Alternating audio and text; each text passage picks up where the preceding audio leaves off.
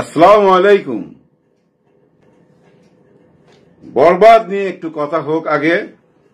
আমি আমার প্রথম ভিডিও যেটা বরবাদ যেদিন রিলিজ হইল সেদিন বললাম, একটা কথা বলছিলাম আমি, যদি মেয়েরা এই ছবিটা দেখে তাহলে কেউ ধরে রাখতে পারবে না।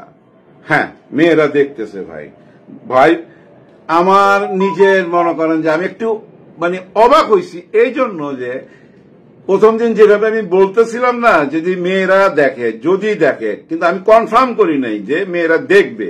তার মানে আমার মধ্যে সন্দেহ ছিল যে এত ভাইলেন্স, এত রক্তপাত, আবার কিছু দৃশ্য আছে একটু অন্যরকম, মেয়েরা দেখবে কিনা।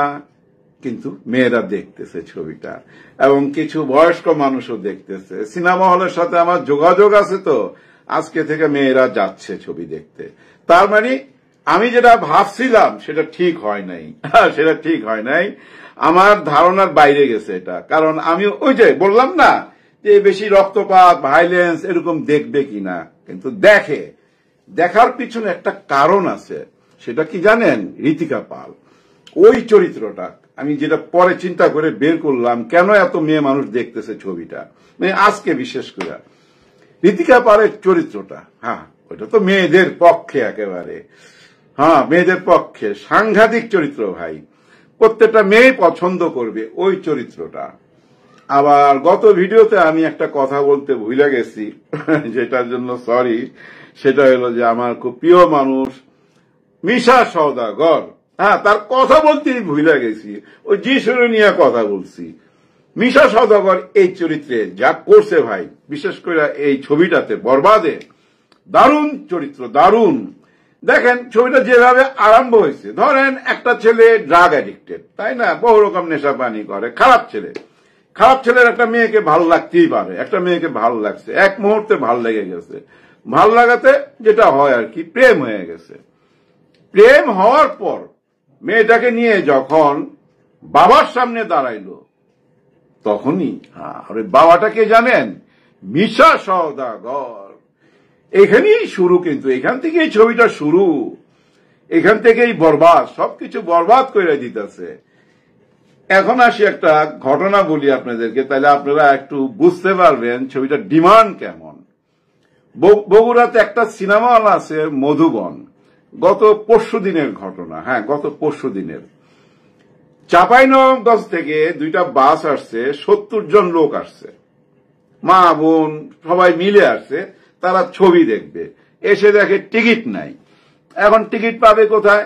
হল মালিককে, যে হল মালিক, ওনার নাম রুবেল সাহেব, ওনাকে রিকোয়েস্ট করলেন যে ভাই আমাদের জন্য মিডনাইট শো চালান, রাত্রে 12টার থেকে চালান, আমরা শেষ করে ভোর রাত্রে চলে যাবো দেশে, চাঁপাইনবাবগঞ্জে চলে যাবে। কিন্তু বললেই তো চালানো যায় না, একটা নিয়ম আছে। যেমন আপনি যদি নাইট শুর পরে কোনো শো চালাইতে চান, ডিসি সাহেবের পারমিশন লাগবে, পুলিশ প্রশাসনকে জানাইতে হবে। হ্যাঁ, যে কয়টা শো আপনার দেওয়া ওই কয়টাই চালাইতে পারবেন, ওগুলো ডিসি সাহেব থেকে পারমিশন নেওয়া। কিন্তু এর বাইরে কোনো শো চালাইতে চাইলে অনুমতি লাগবে। যাই হোক, অনুমতি নেওয়ার জন্য থানায় গেছে, ডিসি সাহেবের সাথে যোগাযোগ করছে, ওনারা ছবি দেখতে পারছে। এটা একটা আনন্দের ব্যাপার, বুঝছেন না, ঈদের আনন্দ। ওনারা যদি ছবিটা না দেখতে পারত খুব কষ্ট পাইতো, তাই না? যাই হোক, এভাবেই মুখের পাবলিসিটিতে ছবিটা সবাই কানে কানে পৌঁছে গেছে। বরবাদ এখন সুপারহিট ছবি, এবং মিশা সওদাগরের কথা তো বললামই, খুবই ভালো করছে, অনেকদিন পর ভালো অভিনয় করছে।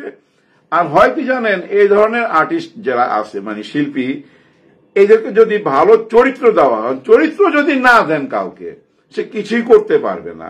চরিত্র দাঁড় করাইতে হবে।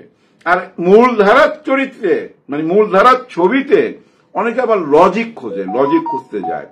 লজিক খুঁজতে হলে আপনাকে দেখতে হবে জঙ্গলি, লজিক খুঁজতে হলে আপনাকে দেখতে হবে দাগি। এখানে পাবেন না, এখানে পাবেন না। এখানে মেহেদী হাসান হৃদয় একটা অন্য জগৎ তৈরি করছে, যে জগতের সাথে আপনি হয়তো পরিচিত না, কিন্তু মনে হবে চেনা চেনা, হ্যাঁ আছে আছে মনে হবে। অন্য একটা পরিবেশ তৈরি করছে টোটাল ছবিতে, অন্য একটা জগৎ, ওই জগতের ছবি। যেমন আমরা আর দেখলে কি মনে হয়, এটা অন্য একটা জগতের ছবি না, টোটাল অন্য জগতের ছবি মনে হয়।